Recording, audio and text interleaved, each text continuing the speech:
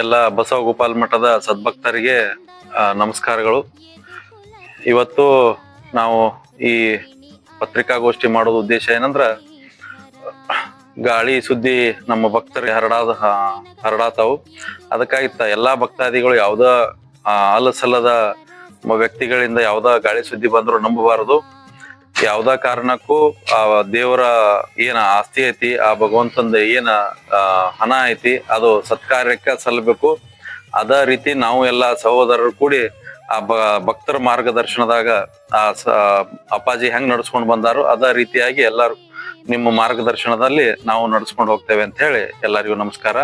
ದಯವಿಟ್ಟು ಯಾರು ಇಲ್ಲಸಲ್ಲದ ಯಾರಾದ್ರೂ ಹೇಳಿದ್ರೆ ಅದಕ್ಕೆ ತಕ್ಷಣ ಕಿವಿ ಕೊಡ್ಬೇಡ್ರಿ.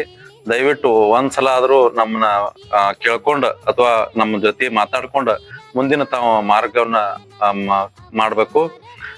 ಯಾರು ಅವಸರ ಪಡ್ಬೇಡ್ರಿ. ಎಲ್ಲ ಒಳ್ಳೇದಾಕತಿ, ಎಲ್ಲ ಭಗವಂತ ಇಚ್ಛೆ ಇದ್ದಂತೆ ಆಕತಿ. ಶಿವಕುಮಾರ್ ದಾನಯ್ಯ ಮಠದ್.